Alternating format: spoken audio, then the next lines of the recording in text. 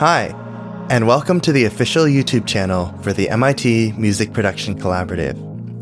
I'm Willie, and in this video, I'll be walking you through the basics of a DAW, or Digital Audio Workstation. I'll start with how to get around the interface, and then dive into the two main types of content you'll be dealing with, audio and MIDI.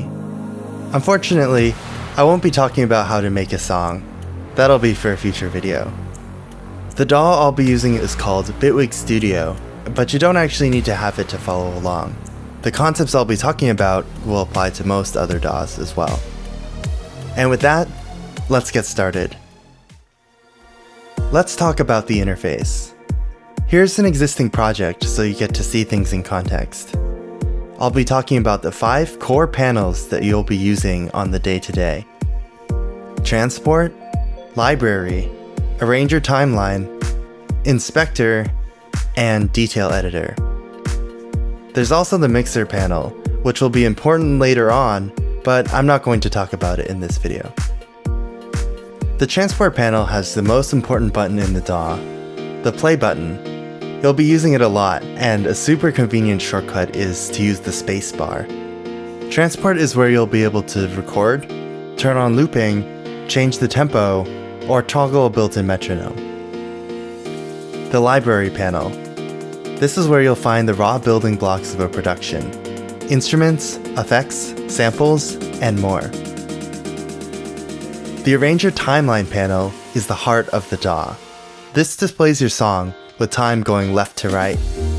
Each row is called a track, and it usually represents a separate instrument or part in your song.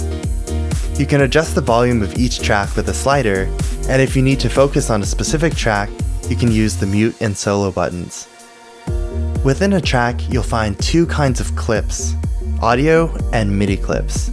I'll come back to this distinction later. When you select a clip or track, it shows up in the inspector, which allows you to change its attributes such as name, color, or temporarily mute it. Lastly, when you double-click on a clip, it shows up in an expanded view on the bottom of the screen, where you can edit its contents. This is the Detail Editor, and if you're editing MIDI, it's also known as the piano roll. So, I've talked a bit about audio and MIDI clips, but what's the difference? Audio clips are your most conventional type of clip. You can identify them from their waveforms, where the higher the peak, the louder the sound. They can be recorded straight from your phone mic, guitar, or imported from your computer in common audio formats such as WAV, MP3, or M4A. Audio can take the form of almost anything, from individual sounds, to loops, to entire songs. You might also hear them called samples, and you'll find plenty of sample packs on the web, for free and for sale. MIDI clips are a different kind of beast. You can identify them from the little bars inside the clip. By itself, MIDI doesn't actually make a sound. Rather, it's a sort of music notation for computers that contains all the notes and timing information.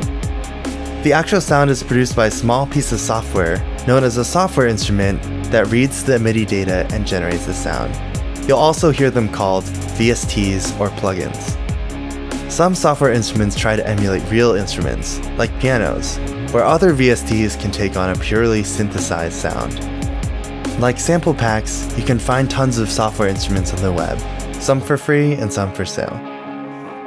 Once you've picked a software instrument, you can play and record MIDI using a dedicated MIDI keyboard or controller. It plugs into your computer and doesn't actually make any sound on its own. If you don't have one, you can simply open the piano roll and pencil it in directly using your mouse.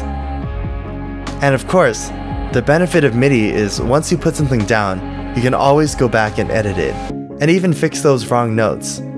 If you're not satisfied with the sound, you can change the instrument without losing what you've played. And that's it for this video. A DAW is a complicated piece of software, and everyone uses it differently. Once you've gotten a hang of the interface and how to work with both MIDI and audio content, you're well on your way to making a song. Play around, let your heart out, and have some fun. Don't forget to like, comment, and subscribe, and press that bell icon to be notified of any future videos we'll release.